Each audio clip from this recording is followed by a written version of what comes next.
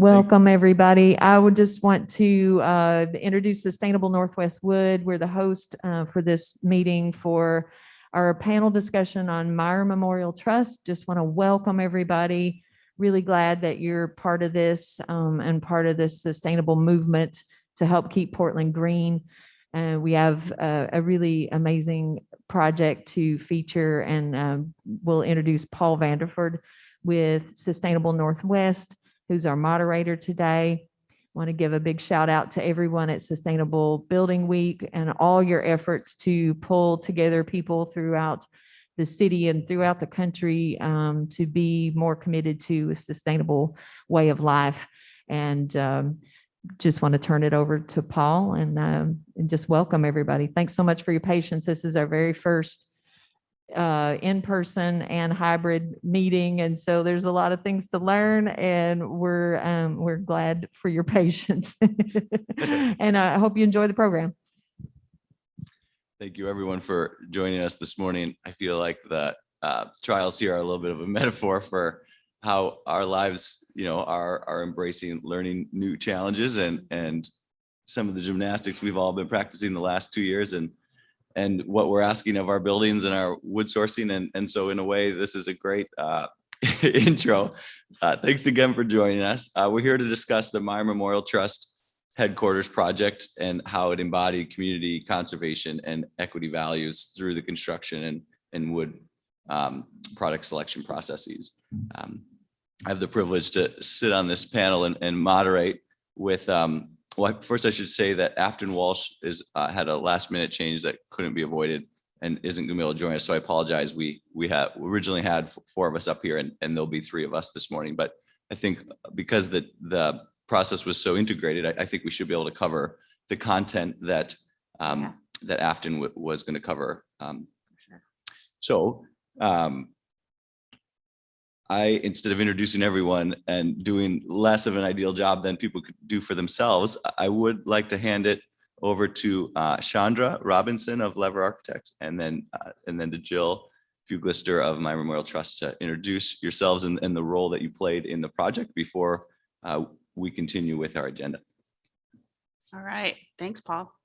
My name is Chandra Robinson. I'm a principal at Lever Architecture, and I worked on the Meyer Memorial Trust project as the project architect and project manager. And so I worked really closely with all the folks at Meyer, and obviously with the O'Neill Walsh Community Builders. That was the contractor for the project, and really was involved all the way through. And it really was such a pleasure. So this is absolutely my favorite project that I've gotten to work on for many reasons. So I look forward to sharing with you today about that.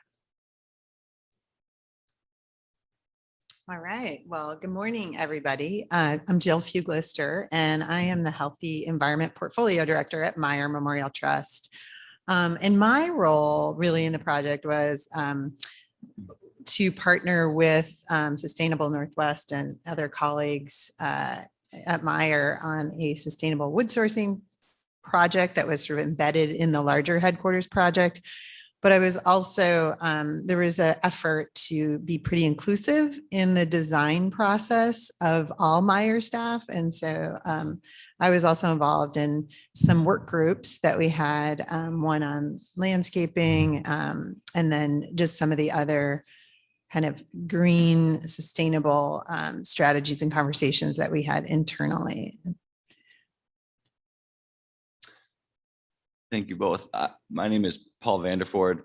In addition to being the moderator, I'll be speaking a little bit about the wood sourcing role in this project. And at Sustainable Northwest, I'm the Green Markets Program Director and have served in a wood advisory role for several projects recently to try to dig a little deeper and create transparency through the supply chain to connect projects to the people and the landscapes behind where materials are sourced.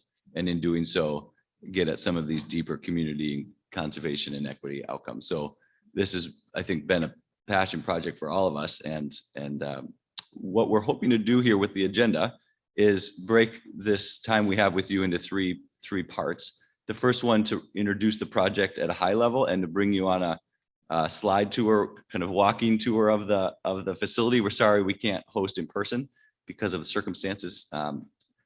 The second phase is, I think we hope to dig in a little deeper and discuss the process and outcomes of the project before hoping to have a good hunk of time at the end for audience questions, both in person for folks who were able to join us in person, as well as web participants. If you'd like to type questions in as we go, feel free to do that, and I will try to capture them. And for folks who are here in person, when that time comes for in-person questions, we will, I think, have a microphone that Lynn's holding and welcome folks to kind of step to the front and ask those questions so that everyone can hear the questions as they're being asked. So to kick off the project introduction, we're going to start with Jill, and hopefully Jill will be able to share with us Meyer's mission and how Meyer approached equity and sustainability within this building project, and then hear from Chandra how Lever helped translate Meyer's mission into design principles, and then fold those conversations into how that in the construction phase of the project and O'Neill Walsh partners, how that that design phase translated for wood sourcing and hiring contractors to achieve those mission aligned goals. Once we've given that introduction, I think we'll again have the slide tour. So Jill, if you'd like to take us away. Thanks, Paul. I'm going to go ahead and share screen. Yeah, so Chandra's going to get some slides up here in a second. But yeah, I'm going to just briefly kind of give give you all a sense of who Meyer is and then how that informed how we approached this project. So Meyer is a private foundation. Our mission is to invest in organizations, communities, efforts, and ideas that contribute to an equitable and flourishing Oregon. We were created from the estate of Fred Meyer of the Pacific Northwest one-stop shopping stores that probably folks know, but we have no connection any longer to those stores. So next slide. We make grants. We're a grant maker, and we have 5 program areas. We support nonprofit organizations to the tune of about $40 million every year in Oregon through these 5 programs that are listed on the slide. So building community, equitable education, housing opportunities, healthy environment, and Justice Oregon for Black Lives. In addition to our grant making, I think the part of foundations that people think less about is the investment side. So we're an investor. We have about $1 billion in assets that we invest to support our grant making. And Meyer really was an early adopter of something that's called mission-related investing, which is really the idea of using our investments as a tool for achieving our philanthropic goals, rather than simply investing to maximize financial returns so that we can then do our mission work through grant making, which is how philanthropy operated for a very long time. So when we decided to stop leasing office space and become a property owner and build our first headquarters, we really approached it with that mission-related investor lens. And so what this meant was, how are we going to demonstrate our commitment to racial equity, to sustainability, while also balancing how to be good stewards of Meyer's resources and our commitment to not dropping any of our grant making during construction or afterwards. In fact, if we could increase it, we would love to, in recognition that there's so many needs, pressing needs in our communities, and we didn't want building a headquarters to sort of have a negative impact on that. So we're really trying to balance a whole lot of things here. And we had no experience building a building. So what we did have experience doing is finding really good partners to work with us, sort of values aligned partners, which is how which was what led us to finding our key partners in this, which was, Project was the developer, Lever Architecture, and then O'Neill Walsh Community Builders. Again, because they had great experience doing mission related projects. The leadership team was diverse. That was important to us. O'Neill Walsh had a lot of experience mentoring smaller subcontractors and being a leader on regional sustainable procurement strategies. Again, these were things that we cared a lot about, and we had a lot of goals around, but us engaging minority women and emerging small business contractors in the project. And then Lever had great experience doing LEED certified buildings and designing in the Pacific Northwest, sourcing from local, bringing locally sourced materials into the project. So that was kind of the core of the team. We then later engaged Sustainable Northwest, who we'd been working with on the grant making side for many years, and later brought in this wood sourcing project. Again, we'll talk about that a little bit more. So next slide.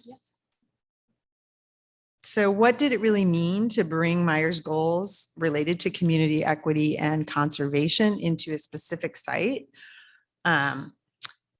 So the site, you can't tell from this picture, that's where the building is now, but it was a former tow lot. And you can't see also that it's right next to the freeway. And so it's very steeped in car culture and history and all the implications of that in terms of climate impact and being really in wrong relationship with the planet. It's also located in Portland's historic Black neighborhood, where there's deep rooted history of racism in terms of how that community has been developed and changed over time, including when the freeway was put in and how that divided the community and destroyed parts of the community. And then more recently, the forced displacement that's occurred as the area has gentrified, but also it has a really beautiful history of Black community and culture. And we really wanted to honor all of that in the building. We also wanted to honor and make visible the important role of Native American culture and history in the region. So how do we bring that into the building? And good neighbor that we were thinking about, and that involved doing some outreach to folks who were in the community, property owners nearby, to sort of ask questions about like how should we show up in this neighborhood and what was important to them. And so that all influenced how we did the project. And so we had this great project team, took all these lofty goals and ideas and really adopted this sort of process of deep reflection of like, how are we going to make this show up in the building? And so now I'm going to turn to Chandra, and she's going to tell you about that. Yeah. And the project really was about sort of this process. And a big part of it was really involving all the folks who worked at Meyer, right? Everyone was on one committee or another, and that could have been, interiors or thinking about the landscape or the building as a whole or operations and all the systems that were in it. But everyone was really invested and spent a lot of time with us, sort of at the design table, reviewing what had been done and deciding, if it was reflective of the mission and values. And at the beginning of that process, it was really about creating a set of design principles. And it's something that we like to do, but it's especially rewarding and exciting when you're working with someone great like Meyer Memorial Trust, who has a really strong mission already, right? So that those goals are really clear for the project. So what you see on screen right here are the design principles that we came up with all of the folks at Meyer, right? It's not something that the design team does. It's through a lot of conversations with the client to understand exactly what it is they want to represent in the building. And then we turn that into physical space. But it was really important for Meyer to be really welcoming to the community, to be coming into a space that had been destroyed several times, and then to sort of come back into that space because that's where a lot of grantees are. And to be part of that community was really important. Designing from the inside out was really more about saying that the space on the interior had to be really functional and had to do all the things that they really needed it to do. So instead of starting with some aesthetic or some massing or some sort of big idea, it was really about how do people work and what kind of spaces do we want to create inside. The building had to be equitable in all these different ways. And there's so many ways that we achieved that we'll get into in a minute here. They wanted the building to be timeless so that it was something that didn't look like it was from an era and it would fit in for a long time. Sustainability was obviously a huge and important part because it's the work that Meyer does and supports. And being really connected to the landscape was important for the folks who are working inside the building. So some of the sustainability goals were very lofty, and we worked really closely here with Sustainable Northwest. But this project is the first LEED Platinum in the version 4 series, the first building in Oregon to achieve that. And if you've done LEED projects before, it means that you have to go after every single point in order to get to platinum, because that is the highest level. So that was a great challenge to kind of look at every system and every material and the way that all the things work together, and just find how to get us there. So we did use the Path to Net Zero program through the Energy Trust of Oregon, and it did win a leadership award for Stewardship Council Leadership Award, which is really awesome too. Other ways that the building sort of brought in sustainable components were to be fully electrified. So instead of having any gas systems in the building, it was all electrical. And that's a big way of reducing our dependence on fossil fuels and kind of pushing us to the future, and just saying we're not doing gas in these buildings, because there are really great, efficient electrical systems for everything right now. So the building is in the top 1% for energy performance. Nationally, it uses 30% less energy than a code building would. It has a solar panel array on the roof, and on-site electric vehicle charging, which is great. And then there's what you see in the bottom here. This image is the monitor that's down in the sort of lobby area, and it actually tracks the energy that the building is using and that the building is producing with the solar panels, so that you can see over time when folks are using the building, kind of how that stacks up, how much you are able to actually produce. And the building design was really focused on optimizing the angles for the solar panels, so that we could get as much exposure as possible. And you'll see that in some images later. Also, some other things that we did that are interesting and great are having a parking stacker. So instead of using up site by and just having cars parked on it and having impervious surfaces, instead there's a 2-layer parking stacker, so that you can get 17 cars in a much smaller space. And that helped so that we could actually have a lot more garden space and building space and things that were not devoted to cars, even though, like Jill said, this is very sort of car centric because it's right next to the freeway. There's a really great bike room and showers and lockers to make it easy for bike commuters to come in and out. Vancouver is a transit street, so there's a great bike path there. Lots of buses go down there. It's very easily accessible to mass transit, to make it easier for folks to not drive their individual cars. All of the stormwater is, infiltrated on site through big dry wells that we have.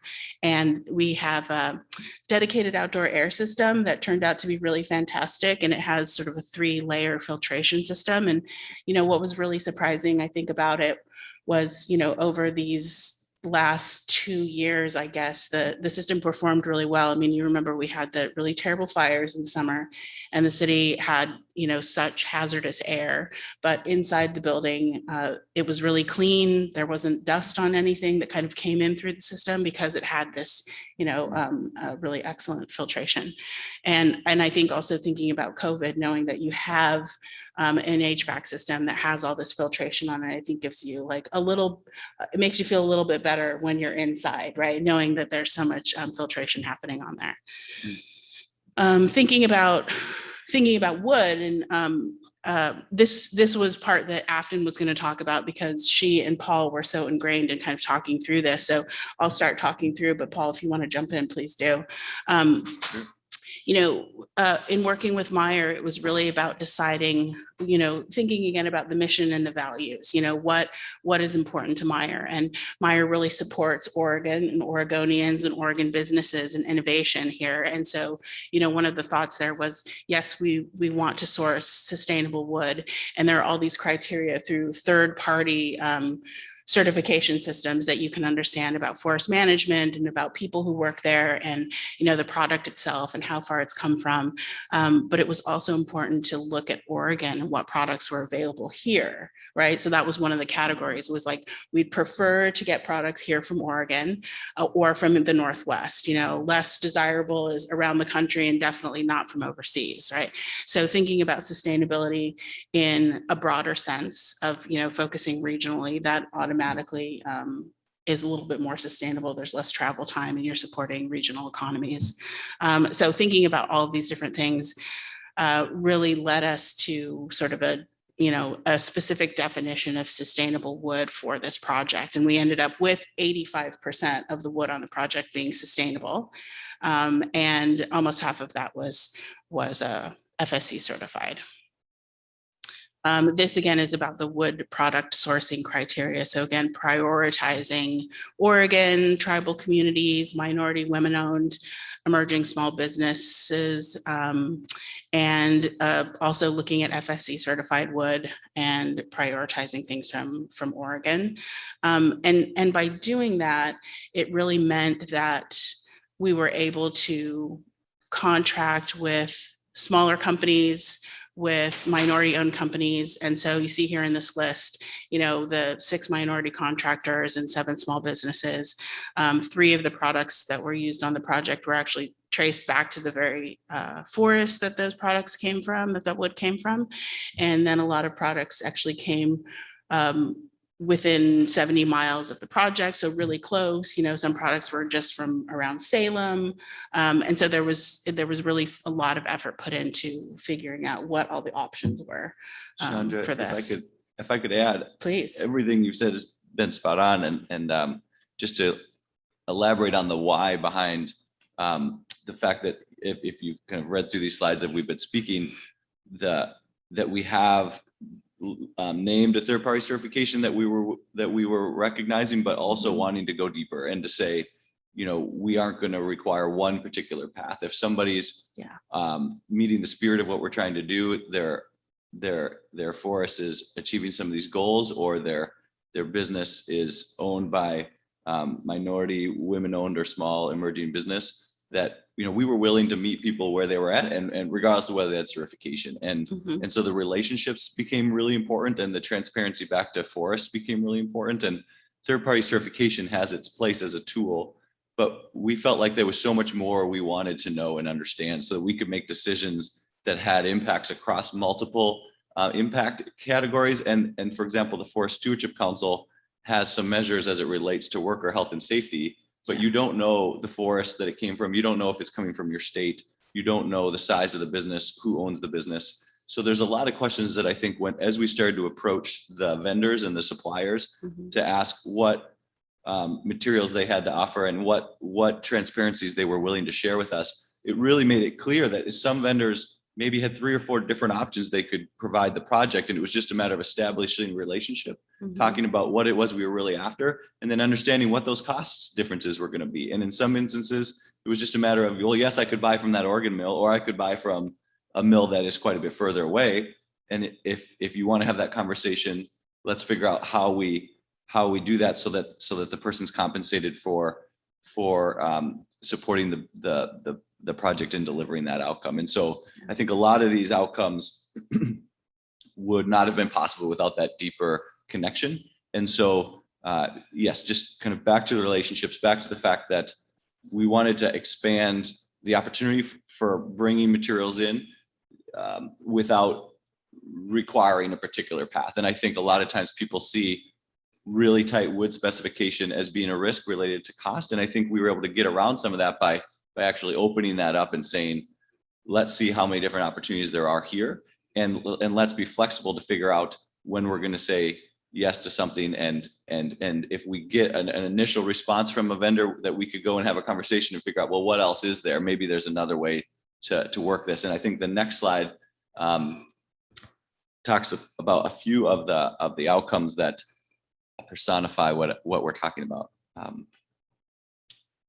We wrote a case study that is searchable online under Meyer Memorial Trust headquarters wood sourcing case study, or I can't remember exactly the title we have on there, but it pops up pretty straight away. And I maybe a really good example of these outcomes manifested, and one of them is Summit Wood Creations, a minority-owned business here in town, who was able to source wood from forests that we felt like were being managed well, and a business that chose to get a credential of third-party certification to add a layer of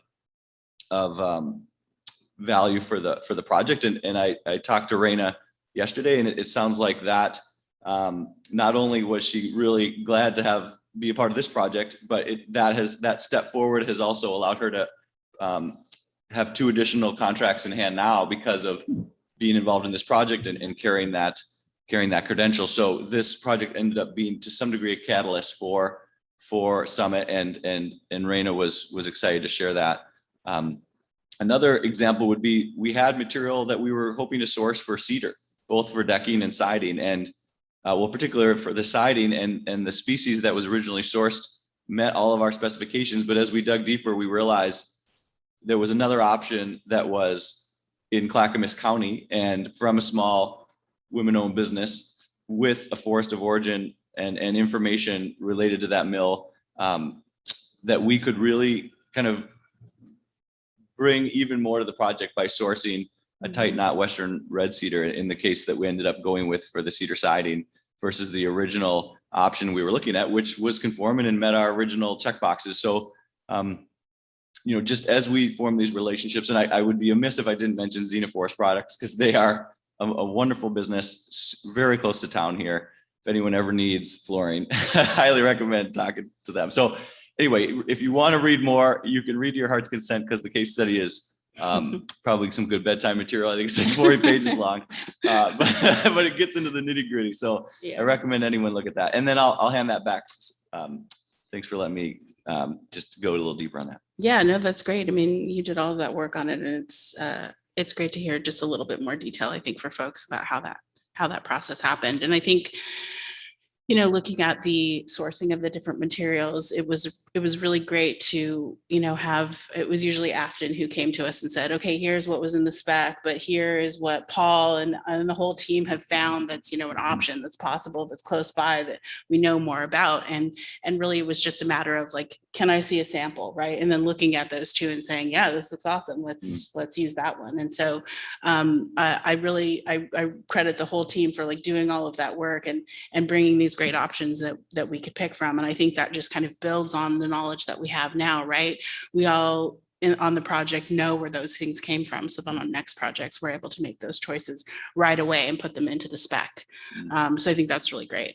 And I also wanted to mention that Raina, who's, you know, her company is Summit Wood. She's also one of the DJC's Women of Vision this year. So I was really excited to see her on that list. It's really cool.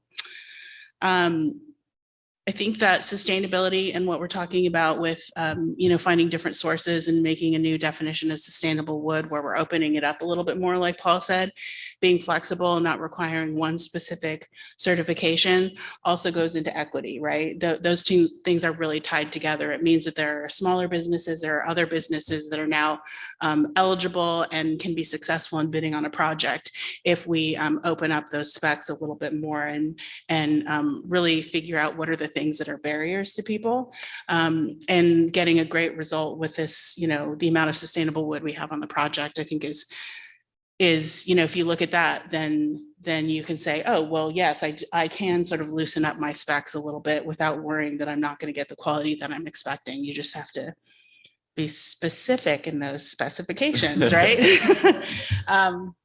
So thinking about the equity goals, you know, it really started from Meyer. It was really important to Meyer to have this be, you know, really have equity show up in everything, right? And so it started with the, you know, the developer and who was managing that project, Anya Halava, and the design team and who was managing that project, that was me, you know, and bringing on O'Neill Walsh Community Builders, who, you know, have a great history of working with these kind of projects. But, you know, it was Afton Walsh who was going to be here with us today, and then Allie O'Neill, who's the head of O'Neill Construction, and Afton at Walsh Construction.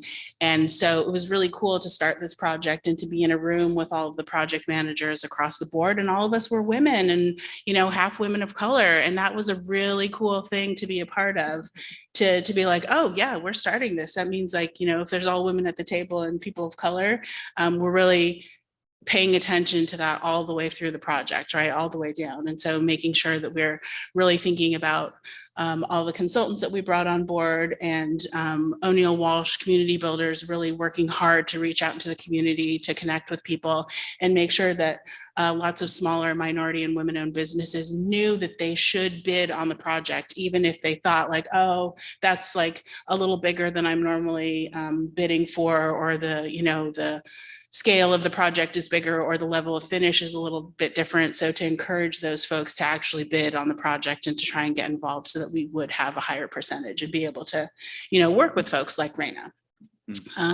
So it was about that. It was about the ownership of the businesses that were working on it, but it was also about the people who were on the job site, right? So just because it wasn't a minority or woman-owned business, we still wanted to have representation from women and minorities working on the job. So when you walked around, you saw, a diverse workforce that was really representative of the neighborhood that we're building in, right? It was all about sort of where we were and connecting back to that community. So you can kind of see all of these stats on here, but I think the ones that are really important, ones that folks can take away into their next project, is this concept of stretch opportunities, where you bring folks in who, like I said, maybe haven't worked on a project that's the size of the Meyer Memorial Trust headquarters, or hadn't worked on a project that had sort of maybe a slightly higher level of finish, or hadn't worked on a project that was mass timber, because this was half mass timber and half traditional stick framing. But to give those folks the opportunity to work on the project, to say like, you did great work. There isn't any reason why you can't sort of level up just a little bit to work on this project, and then to hope that that helps advance them, and so that they can bid on bigger projects, which sounds like that's starting to work with Raina. So resource partners, this is about the different trade organizations that O'Neill Walsh Community Builders was reaching out to in order to find those minority and women-owned businesses and folks to work on it. And of course, working with Sustainable Northwest. And then I was going to show you a few images of the project, because we've been talking about it for a while, but you haven't seen it. So like Jill said before, this was a tow yard. So this is the corner of Tillamook and Vancouver, right by the freeway. That's kind of what it looked like before. Bunch of dead cars and a building where they would, sort of drag them in and take parts off if they needed to.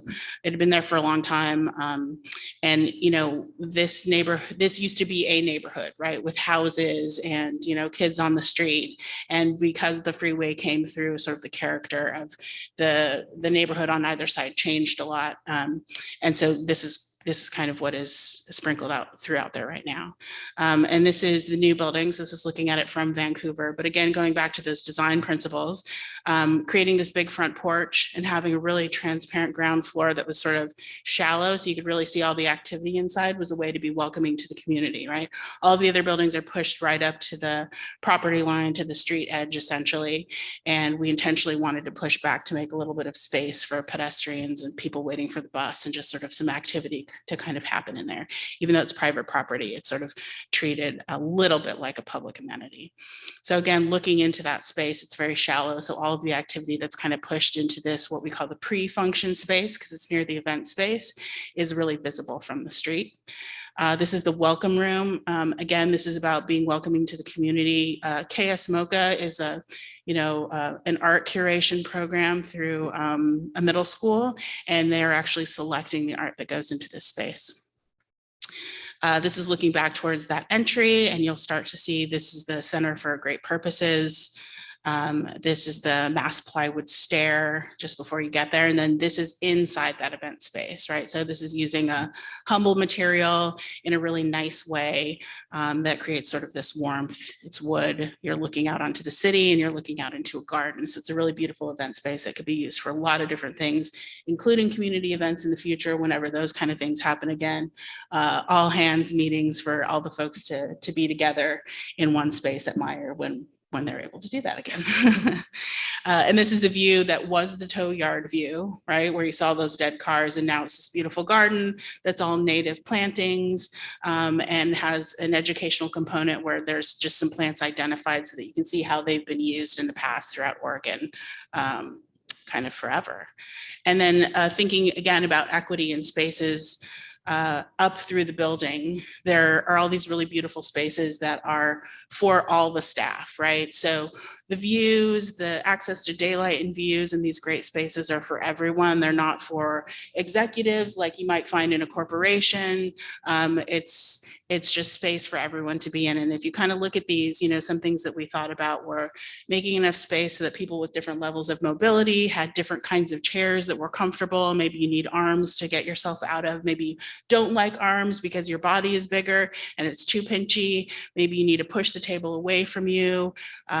Behind the island, there's like 5.5 feet so that there's room for someone using a mobility device and someone standing there behind them to all be in the space together. All those things were really important. That's all about equity and making people feel comfortable in every space in the building. Small neighborhood offices so that it wasn't too deep, just 2 sort of desk spaces so that you get a lot of light on your desk, even if you're not right next to the window. The deeper you make something, the less light that interior person gets. So in here, Ileana gets a lot of light. The Mission Library is a really great space. It's another alternative workspace that all the staff can use. They're curating a library in there that, folks who are their grantees are actually making suggestions about what goes in there and what helps educate people about the work that they do. And then again, landing on that sort of aerial image, you can see the freeway off to the side. You can see all the solar panels. It's a 50 kilowatt solar array. There's a green roof that's on top of that convening space, the Center for Great Purposes that we saw. So you see that right there, that's all green roof, and all of the native plantings there. So, keeping a really sort of soft site and allowing people when they get here to still have a view of the city was really important. Instead of pushing the building up to the corner and kind of blocking that awesome view, everyone still gets it as they travel down the street. So that's the tour.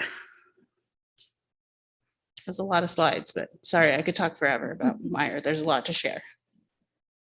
What you shared was really great. Thank you for leading us on that tour, and thank you for your building. I go by it when I am commuting into work. I go by it every day, and it brings me joy. Hopefully, it brings others joy too. So I do think because of the way we started out a little behind, and we've taken a good amount of space to cover really kind of the introduction, and then do a little bit more of a deep dive into some of these items. I want to make sure we don't push questions that people have to a point where we don't have time to respond. Yeah. So I don't know if people are okay switching on the fly, but I would almost suggest that we flip to have the questions now. And then if we run out of questions, I have the questions I was going to tee up to that I could hold until the end. And so if need be, I can kind of tee up softball questions, but I really want to make sure we don't miss the people who have taken the time to join us this morning and the questions folks have. So does anybody have any questions at this time? I did see so far that we had one question in the chat that was related to whether or not we had a supplier list that we could share. And I did want to let everyone know that in the case study, one of the things I've noticed as a wood advisor is that a lot of times projects, the owner of the building and potentially the architectural firm, it's not too hard to get at that information, but the kind of successes and not having to reinvent the wheel piece, that there are sometimes some sensitivities in the supply chain where not much else is shared. Mm-hmm.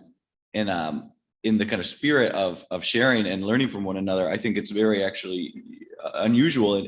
And I really appreciate the fact that in this project, we have made an effort in that case study to kind of list out, for example, Raina's business and other suppliers' businesses, so that if people are inspired to do this work, that at least the solutions we found, that they're available for people to see. So I would encourage people to check out page 16 and 17, I believe, of the case study. I have the link here in the chat box. And then I see here we have a question from Paula Latasa. Forgive me for, I'm sure I didn't get your last name quite right, but can you tell us more about the window selection and finding the right UV value along with the right SHG? And if you understand that question, maybe you could help the rest of us understand the acronym SHG as well as U value for folks who don't know those. Yeah, so that's solar heat gain coefficient, and we used Cascadia windows. It's a fiberglass insulated window, and they're really efficient. And so honestly, it was just a matter of of choosing that, because we knew that they would, they work really well. And so for all of the punched windows that you see up on the sort of the main volume of the building, those are all Cascadia fiberglass. And then at the ground floor, it's Arcadia window wall system. And that is a system where you actually engineer and select your own mullion, your own structural mullions. And so that's where we used mass plywood. So that was really just about the glazing and the system itself, but not about the structure. So two different systems we used in there.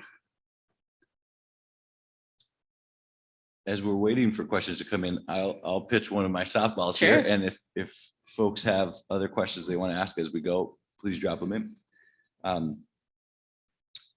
Jill, I was hoping to talk a little bit more about the choice of wood sourcing goals and potentially the way in which Meyer was. I know from our initial conversations that there was a desire to have this be something that could be replicated by others, that this wasn't just an attempt to have a once-off project success, while at the same time you had your own project budget needs. And I'm sure other people that may be considering doing a project like this, will have some of those same questions in the back of their mind. So would you be able to share however you would like how you and the broader Meyer team dealt with trying to set pretty ambitious target and aspirational wood goals here, while at the same time being mindful of budget? Sure thing. And you can jump in here too, because you were sort of part of all of that. So when we did develop, the sourcing criteria, really, again, based on the values of Meyer. And so they're very comprehensive. And I think, we shared a little bit about those already, so I'm not going to go into detail about that. But there was a sort of a threshold in terms of the price premium that we established, which was like if it's going to get above 8% to make a choice for a more, a sustainable product, again, based on these, like we had kind of three different,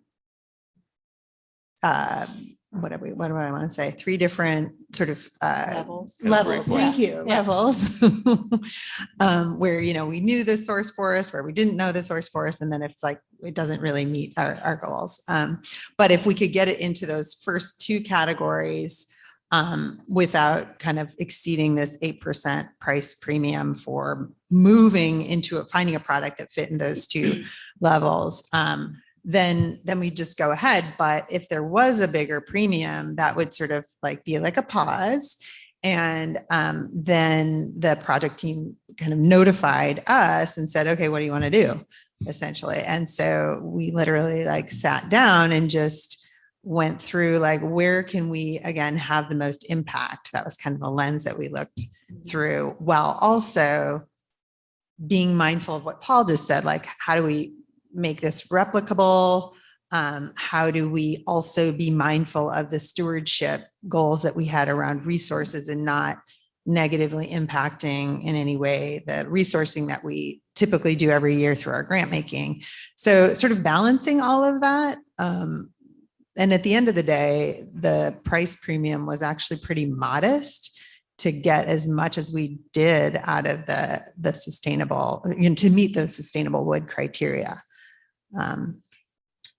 Yeah. Do you want to add anything to that, Paul?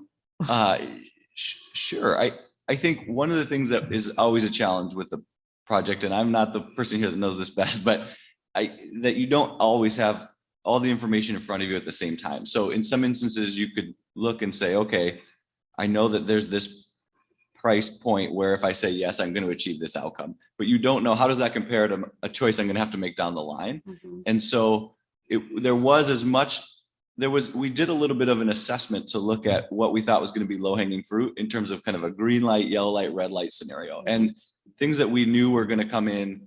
And there was quite a few vendors, and the sourcing of it wasn't going to be a major problem. We wanted to make sure we were staying on that path, but we early on in the project, the earlier the better, we started looking at what are those yellow scenarios where we can have some movement.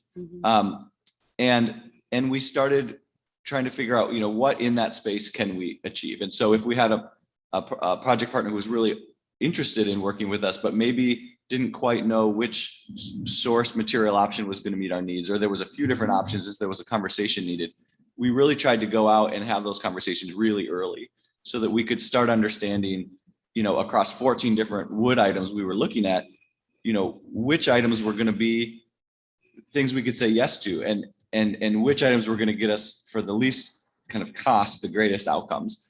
And so when we say outcomes, I guess I would like to just kind of drill down for a second. When we opened up and said that we weren't going to say FSC certification or nothing, we went in and we said, well, then what would the alternative non-certified option look like, and what would we be trying to achieve? And there were some components here around sourcing from forests that have, forests as we know it, and climate more broadly, as we enter this time in all of our lives where as the climate is evolving, we're seeing that minority business or minority communities are impacted the greatest in terms of whether that's air quality, whether that's heat islands, whether that's somebody not being able to move, whether that's going on vacation when it's really hot versus not having that opportunity, whether it's having to go and be a frontline worker on a really hot day versus, there's so many flexibilities for people who have more resources. And so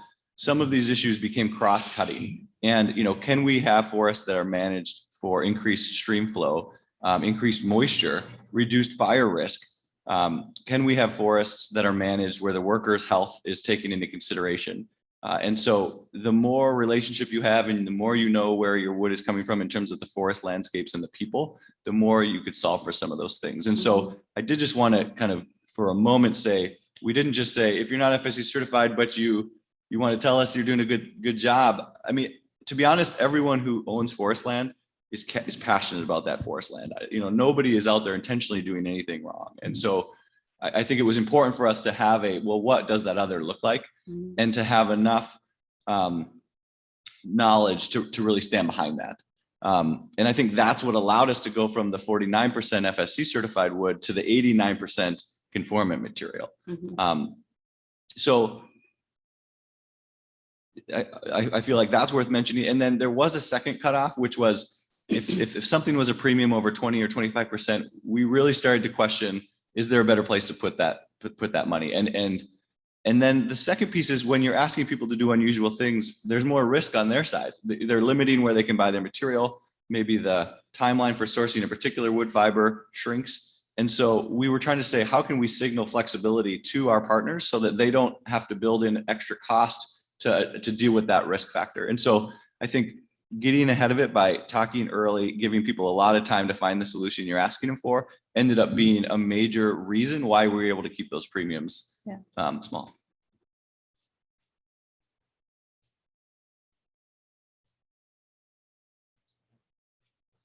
Hi. Hi. How's everyone? Thank you for your presentation. I'm so happy to see this project come to life. I wanted to talk a little bit, Chandra, you mentioned this idea of encouraging folks to bid on projects and the notion of having this learning mentality for the project as opposed to like bottom line and meeting specific goals. Yeah. I wanted to ask all of you, this is a shift in our design processes and developments and things and centering equity. What was a surprise for all of you in doing this type of learning process first? I mean, I think that when we do projects, everyone's thinking a lot about risk. Like, oh, if this isn't someone that we've worked with a bunch of times before, that puts more risk on the project of like, if they're going to be able to deliver. And so folks end up working with the same teams over and over again and build relationships, right? But just because you have built a relationship doesn't mean that you can't sort of go out into the community and build other relationships, right? And have those also be strong, and maybe bringing in that bigger partner on a different project will work better for you. But I think it's more like, I think maybe what was surprising is that it's a really easy and quick mind shift to make, is to say, oh, just because we've worked together so many times before doesn't mean that I don't value you and I'm not going to work with you again. It just means I'm branching out right now. I'm engaging other partners and making relationships, and you're still in that, right? And so, and I think that I thought that was going to be a lot harder for everyone, but honestly, O'Neill Walsh really has built so many relationships already that it was easy for us to kind of rely on them and to say, well, I trust you and you trust that they can do this work. So that was really easy. So I think maybe it was easier than I thought it was going to be, that part, right? I don't know if other folks have thoughts about the process and what was surprising in the process.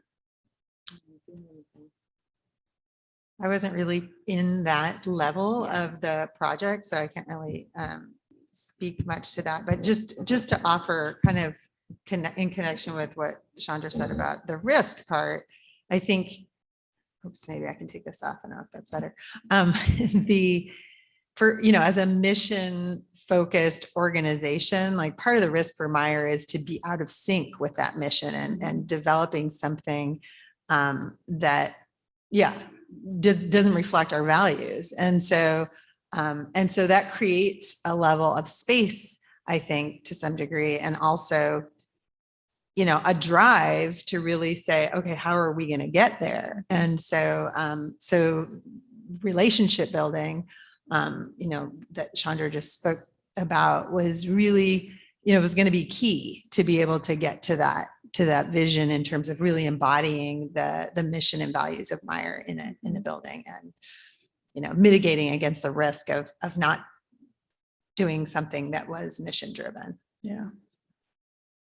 I guess the only thing I would add is that when we tried to write the specification for the wood material and the different products across the wood takeoff, we had pretty expansive language and I had a really hard time. We had a hard time really drilling it down to be concise.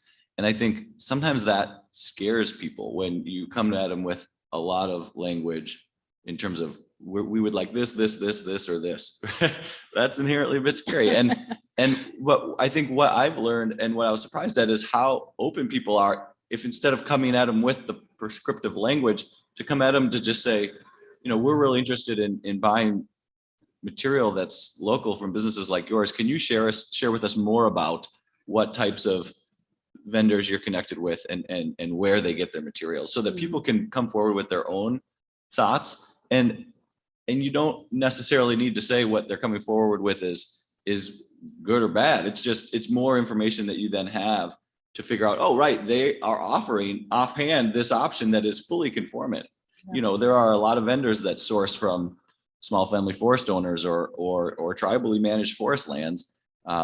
There are a lot of options out there, and I've seen some projects go, or some attempts to source material go wrong when people have approached their vendors with kind of the whole closet of ambitions, versus just kind of hearing people where they're at. And so I think to be honest, it's not too undifferent from just encouraging people to kind of bid or encouraging people to bring forward what it is that they have to offer, because then we can all meet each other where we're at and figure out what works and how to kind of elevate businesses and the project goals as we can. And so I would encourage people, if folks want to source material in this way, to not be too afraid of getting all the language right, but the real values seem to be kind of going and having the conversations and understanding what's possible. Because when we stepped out of certification as our only parameter, I think one of the reasons the premiums went down is because there's not a lot of times people have a premium they'll just place on a third-party certified product as a mode of business to recover some costs related to auditing and other things. And when you aren't asking them for third-party certification, there's not a natural moment where somebody says, well, that's a premium product. They're just saying, oh, you're buying my product and it's because you care about my business. And so some of the times I've seen premiums come down is because you're getting the relationship replaces the premium in a way. I don't know how to say that quite right, but it's a little corny to say it's about the relationship, but Yeah, I yeah. apologize. I keep saying that, but it ultimately is. I was going to ask Afton if there was anything as the construction, partner that kept her up at night related to some of these things, but I feel like that's actually not a bad, I guess. Chandra, would you be willing to talk about, are there things about this project that, took a while to kind of gel, or things that, kept you up at night that if other people are embarking on something similar that they should kind of be aware of up front? I mean, I don't think it's about specific scope. It was more like when we were thinking about those partners who were in a stretch position for them. It was about deciding who was going to fill in the gap. For instance, there's a lot of smaller companies who don't really do shop drawings, right? They do this work. You can see the quality of the work that they've done and that they can do it, but they don't do things in the way that we expect them, right? We expect to see a set of drawings that then we review several times and mark up and they make changes. But for smaller businesses, that's not always the way. And so it was either the contractor or the architect was going to work with them really closely and do those drawings, right? And so even thinking about Summit, right, they do drawings of a certain level, but not what we have had on other projects, right? So then it was really about saying, oh, we already knew that we were setting this up a little bit differently than on other projects. So that means we work with them a little bit differently. It just means that we go to the trailer, we go on site more times, and we just have a conversation about like, oh, it wants to look like this. Does that seem reasonable? Is that something you can do? And then Raina would be like, yeah, you bet. And then come back with a mock-up that we can look at. And so I think that initially was the sort of riskier part for us to say that we don't know how we're going to get to the end result, the product that we're imagining that we want in this space, and then taking more time to work with them, but also knowing upfront that might happen, but just not really knowing what form it was going to take. I think that was the thing, not having worked with folks before. We just had to talk with them and sit in a room and go back and forth, a handful of times in order to make it happen. And so, yes, it was more time on our side doing that, but it was definitely worth doing that because I think then going into next projects, when I get drawings in or when I'm talking with different subcontractors, I can be a lot more flexible and just say, like, let's figure out how we're going to get to the representation of the thing so that I know you're going to make what we're expecting, right? And you know what we're expecting, right? I think maybe that was one of the things that we thought about more often. And then just having, sort of two different structural systems where we had traditional stick framing in a big portion of the building and then having the mass timber in the other portion of the building. And some of that was also to say, like, we're bringing in all of these different subconsultants we haven't worked with before. Maybe they haven't worked on mass timber. And, when we do a mass timber building, everything has to be super clean in the ceiling because there's no ceiling because we want to expose that material, and that can get really fussy. And so just saying, okay, well, we're going to do that in part of the building, but not all of the building, so that folks then will have this experience working on this type of project, but it's not 100% of the work that they have to do. And I think it helped make it more comfortable for some of those subcontractors to then work with us. And so I think it was that, but it was really, we had thought about that before, that's when we were designing the building and deciding that's what we were going to do in order to make it, to make everyone be successful on the project and still come up with something that was really beautiful, right? Like, in the main part of the office space, it's, the white gyp ceilings like you see in many an office.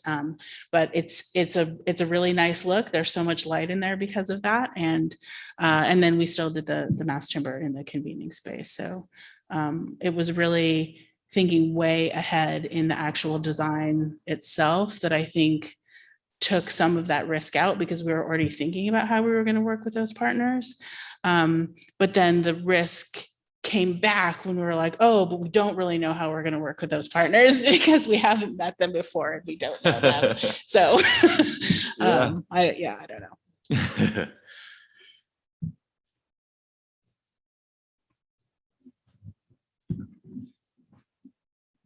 Morning, everyone. Morning. Thank you for the presentation, which is a very nice project. Two quick questions. Yeah. One, what was the project delivery method? Was it design bid build? Was it CMGC? How did you guys allocate the risk between the design team, the owner, and the contractor?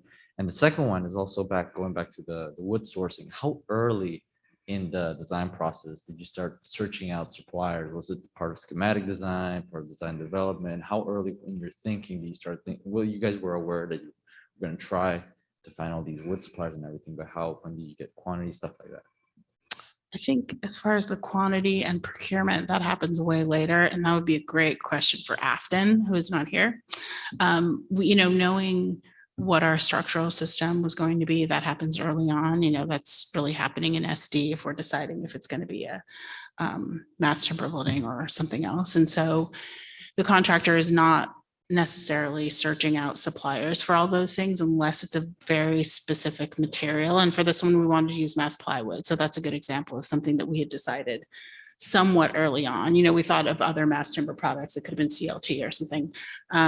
But knowing that it was going to be mass plywood, that actually made it really easy because there's only one company that makes it.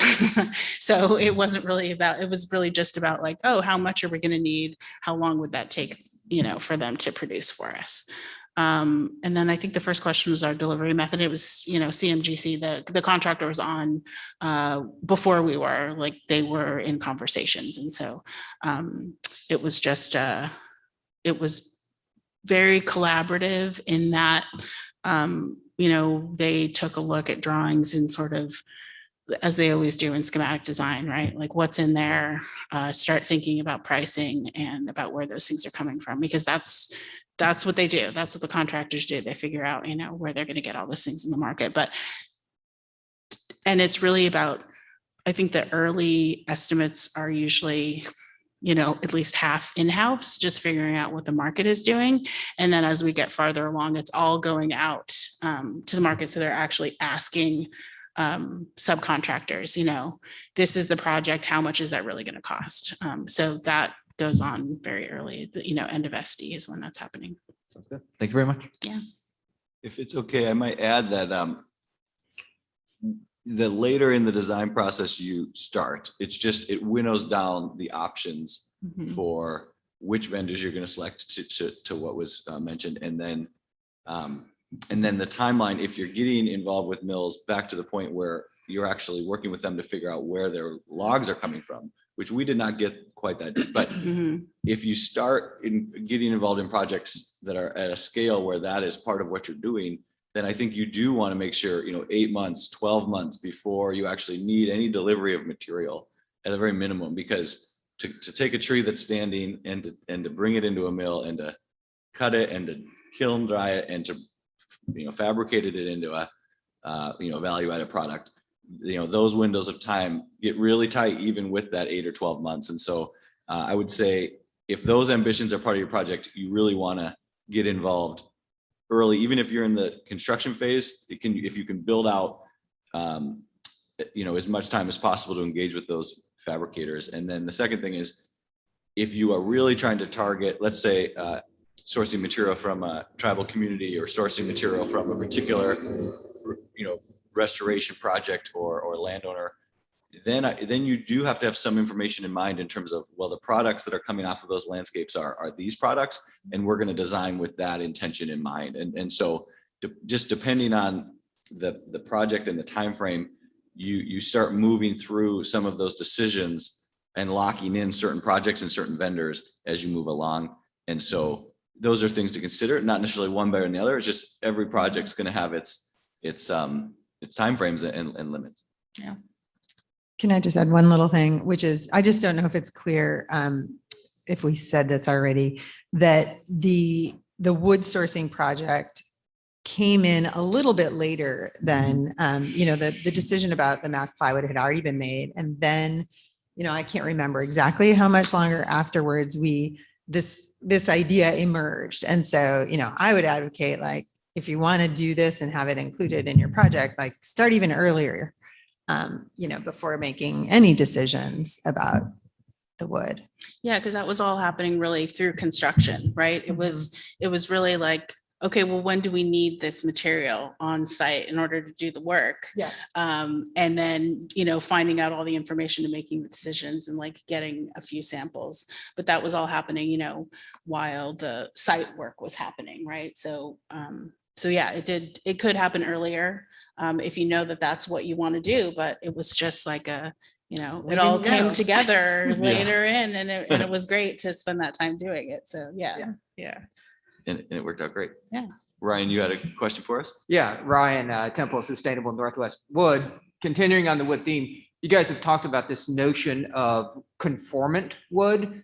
Could you talk a little bit about the process of defining what that meant for you guys, and then how you worked with the various project partners to sort of determine compliance once you decided what conformance meant? It's a good Sure. question. Yeah. So conformance was based on a kind of a scale, taking some of the components we've mentioned already around kind of a real baseline goal of saying, can we source wood in a way that supports jobs? And a lot of these jobs are in rural communities where one job as a representative of the whole job market is meaningful in many places. And how do we just make sure the money we're spending is cycling in our communities? Mm-hmm. And so I would say conformance at a baseline was saying, can we get material that's from communities that we're trying to make sure our money is cycling in? And so that could look like talking to a vendor who was supplying veneer layers going into I-joists and saying, where do you get your veneer? Do you have more than one mill that you buy your materials from? And is there a way where we could make a decision now to have you pre-select the material coming from the Oregon facility? So at a baseline, that's what it looked like. And then as we climbed kind of further up towards our target and aspirational level goals, we were looking at options where we might have material where we knew it maybe was third-party certified, but we didn't know origin. And then we were comparing that to a scenario where we knew the family that was milling the material. We knew it was a small business. We would then say, okay, that meets our kind of more target level goals. Not only are we supporting local jobs, but we're supporting a small family-owned business, and we're supporting the counties. I think in one of our slides, we show how many counties in the region that we were able to buy materials from and have it fabricated in. And so then as you build towards that aspirational goal, we were starting to ask questions like, can we find forests that are being managed through selective harvest means, or in ways where they're being restored, or by communities like indigenous tribal communities that we have in our region? And so as we started to have the different options in front of us, it wasn't so much of a, is this conformant or not, yes or no, but it was a kind of, is this conformant along these different filters in which we were trying to achieve values? And so there were instances when we said, like for the mass panel plywood, that had value for job creation and wood innovation, and that was what that product ended up representing for us. Mhm. And then some items where we went a lot deeper, and we were working with vendors and they said, well, we know you're asking for wood sourced from here, but our only option is material that has no third-party credential, that's coming from British Columbia, and we don't know forest of origin. And then we started working with those supply chains to say, well, are there options where we either know forest of origin or where there is a third-party credential we can find? And so we ultimately were able to work with some of those partners to move from a place where we really didn't know much to a place that we considered more conformant or more aligned with our goals. So I guess I should say that we're using the word conformant a little, that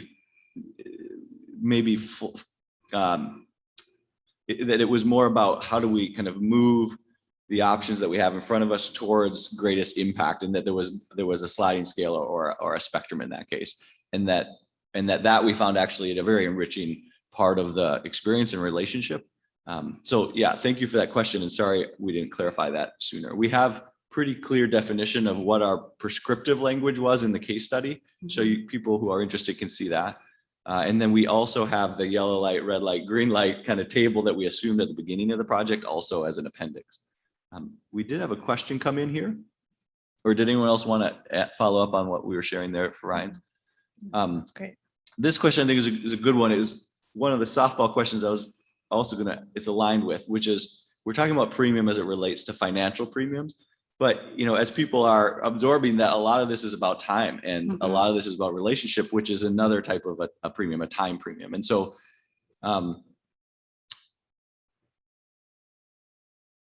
can we quantify the time premium, or do you have ideas for how others can be persuaded that the extra time is worthwhile?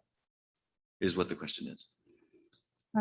We didn't quantify how much extra time we spent with any of the sub-consultants, because it was really just like, oh yeah, we want to do that. We want to work with people. We don't know how much time it's going to take, but we'd rather not know up front, because that might scare us off, We'd rather just do the work and see how it goes, right? I mean, and I think that's fair. Like, I think that for the contractor, though, for O'Neill Walsh Community Builders, there were specific there were dollar amounts that were held open for, if they had to do a bunch of shop drawings for folks, right?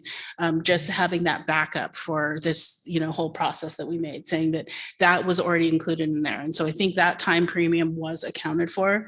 And then there's the amount of time that O'Neill Walsh spent going out to NAMAC and to other folks in the community to, engage and to ask all of these subcontractors if they, ask them to bid on the project. And that's already work that they're doing all of the time. And so, yes, I think that there is a time premium in that, but it's not something new that they had to spend a lot of time figuring out how to do it. It's something that they do. And it's sort of just part of their process. And so I think if you're asking another contractor to do it, you just might consider that there's a little bit of, extra funds in there so that they are going to spend the time. I mean, I think that's the way that you get folks to do it, right? Is to say that they're going to be compensated but you also should think about, working with folks who have the same values as you. And when you're thinking about a client, just talking with them to describe how important it is and why you want to be able to do it, and sort of try to get them on board. And I know that's a hard thing to do, because your client is your client. But if you are, working with a contractor, they all have these sort of contacts, and it's just a matter of spending the time to do it or not. And I think that has to be important to more than one person on the team in order to make it happen. And so obviously with Meyer, it was awesome, and we could do everything, right? We could try everything, but it doesn't mean that you have to do everything on all of your projects, but pick one thing and do it, because honestly, you can do it, right? Find a smaller sub-consultant, a subcontractor, bring them on board, give them this stretch opportunity. And then you can kind of prove that to your client and to the contractor that, like, look, that worked. Like, we gave these folks a chance to get in on this project and it was successful. So the next time we can try to do more things, right? So I think that's my suggestion about the time and dollar commitment that you end up making because of this, is that if you start small, you can kind of get people used to it if you're not all jumping in really excited about it. My computer just died, so I'm now only on the big screen. We're about to. Well, there's only 1 minute left. Yeah. I can't imagine a better pose there. Yeah, it died. I would also add that with the successes come less time next time. Yeah. And so, Yeah, early totally. adopter scenarios across the board, people trying to use more wood, more mass timber, Yeah. asking these questions around equity and conservation. I think there will be time that people will invest, and whether it's your firm or your next project, or whether we can learn from each other, Yeah. somebody could take some of the successes that are in this project without added time, Mhm. without more premium than what we saw, and essentially deliver that same outcome. So as we build this as a group of humans, these outcomes will take less time, and the premiums around cost and time, as we've seen around economic models, will come down. And so us sharing it with you today, hopefully, is a way to kind of at least deliver some of these outcomes in a way that there would be a less of a time expense. If you're going to forge an additional path or a new partnership with a new fabricator, I would expect there to be a time premium there. And if that gets built into the budget as a cost or in some other way, I think that it would be wise to anticipate that. Yeah. Thank you everyone for joining us.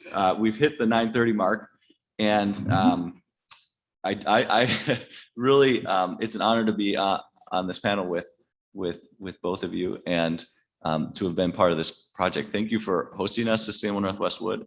And thanks everyone for your time in joining us this morning for an hour and a half to talk about something that we're really passionate about, and hopefully everyone learned something.